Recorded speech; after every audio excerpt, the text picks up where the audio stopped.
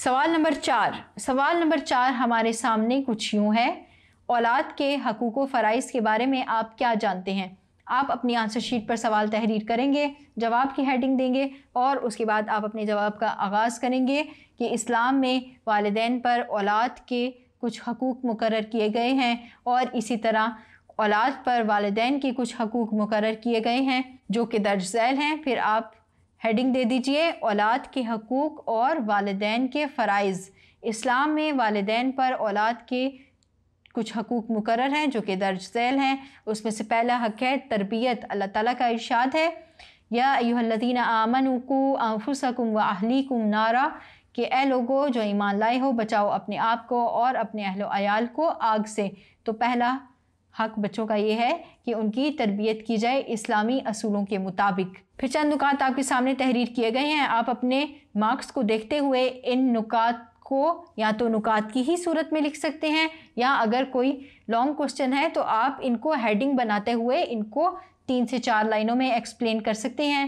वो नुकात कुछ यूँ हैं कि दुनिया में लाना, परवरिश करना, तालीम व तरबियत करना, शादी करना, औलाद के दरमियान अदल व इंसाफ करना और उनको नेक बनाना और उनको अपने लिए सदका जारिया बनाना। अगले नुक्ते की तरफ बढ़ते हैं। अगली हेडिंग आप देंगे वालिदैन के हकूक़ और औलाद के फ़राइज़। इस्लाम ने औलाद पर यह ज़िम्मेदारी आयद की है कि वो वालिदैन के हकूक़ का ख्याल रखें। तमहीद बांधते हुए फिर आप कहेंगे कि वालिदैन के हकूक़ और औलाद के फ़राइज़ दर्ज झैल हैं, और फिर आप इसको नुकात की सूरत में भी लिख सकते हैं और आप इसको पैराग्राफ की सूरत में भी लिख सकते हैं। जैसे कि आपके मार्क्स होंगे उसके अकॉर्डिंगली आप अपना जवाब तहरीर करेंगे। यहाँ पर एक सबसे अहम आयत है जिसका आप तर्जुमा याद कर लीजिए। ये आपको कफ़ायत करेगा पेपर हल करने में और आपके मार्क्स भी इससे ज़्यादा आते हैं।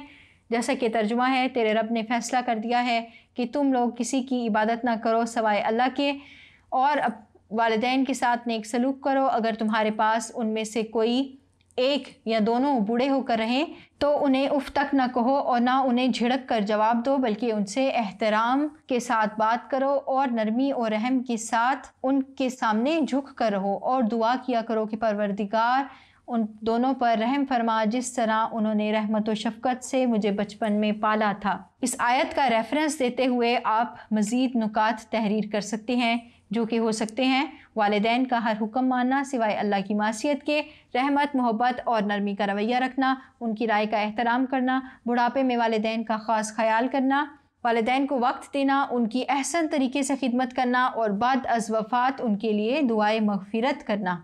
यहाँ पर आपका जवाब मुकम्मल हुआ। हमने वालिदैन के हकूक़ भी बता दिए, औलाद के हकूक़ भी बता दिए, दोनों की ज़िम्मेदारियों पर भी रोशनी डाल दी। तो यहाँ पर हमारा ये सवाल भी मुकम्मल हुआ। आपकी मश्की सवालात के चारों सवाल हमने हल कर लिए। उम्मीद करती हूँ आपको समझ आई होगी। अगले सबक के मश्की सवालात के साथ फिर हाजिर होंगी। तब तक के लिए अपनी इस्लामियात इंस्ट्रक्टर रज़िया निसार को tutorial.pk से इजाज़त दीजिए। अस्सलामु अलैकुम व रहमतुल्लाह।